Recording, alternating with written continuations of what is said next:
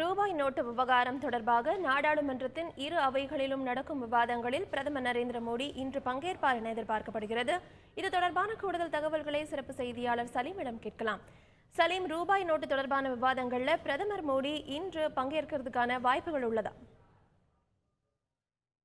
வாய்ப்பு இருக்கிறது. ஏன் அப்படின்னா, நேற்று பாஜக நாடாளுமன்ற குழு கூட்டம் இங்கே நடைபெற்றது. அதில் பாஜக தேசிய தலைவர் திரு அமித்ஷா கலந்து கொண்டார், பிரதமர் நரேந்திர மோடி கலந்து கொண்டார், பல முக்கிய அமைச்சர்கள் கலந்து கொண்டார்கள். ராஜ்நாத் சிங் அவர்கள் மட்டும் அவர் கியூபாவில் இருப்பதனால் அவரால் கலந்து கொள்ள முடியவில்லை. பாஜக எம்பிக்கள்லாம் இருந்தாங்க.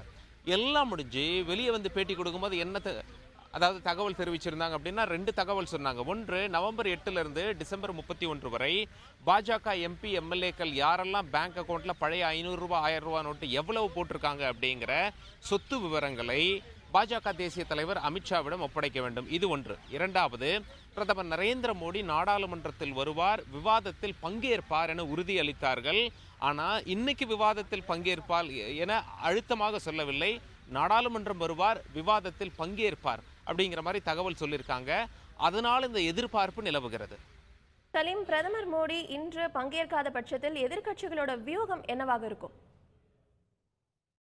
எதிர்கட்சிகள் இப்போ கூட இங்கே நாடாளுமன்ற வளாகத்துக்குள்ள மீட்டிங் போட்டுட்டு இருக்காங்க. எதிர்கட்சிகள்லாம் உள்ள போனாங்க, இப்போ மீட்டிங்ல இருக்கிறதா தகவல் சொன்னாங்க. மீட்டிங்ல என்ன முடிவு எடுத்திருக்கு அப்படின்னு சொல்லி நாம எதிர்கட்சி தலைவர்கள்கிட்ட விசாரிக்கும் பொழுது அவங்க என்ன சொல்றாங்க, எங்களுடைய முடிவு தினந்தோறும் ஒன்றுதான், நாங்கள் தினந்தோறும் மீட்டிங் போடுறோம், 2 கோரிக்கையை நாங்கள் முன்வைக்கிறோம். அதாவது எதிர்கட்சிகள் தொடர்பாக பிரதமர் நரேந்திர மோடி முன்வைத்த கருத்திற்கு பிரதமர் நரேந்திர மோடி அவர்கள் மன்னிப்பு கேட்க வேண்டும்.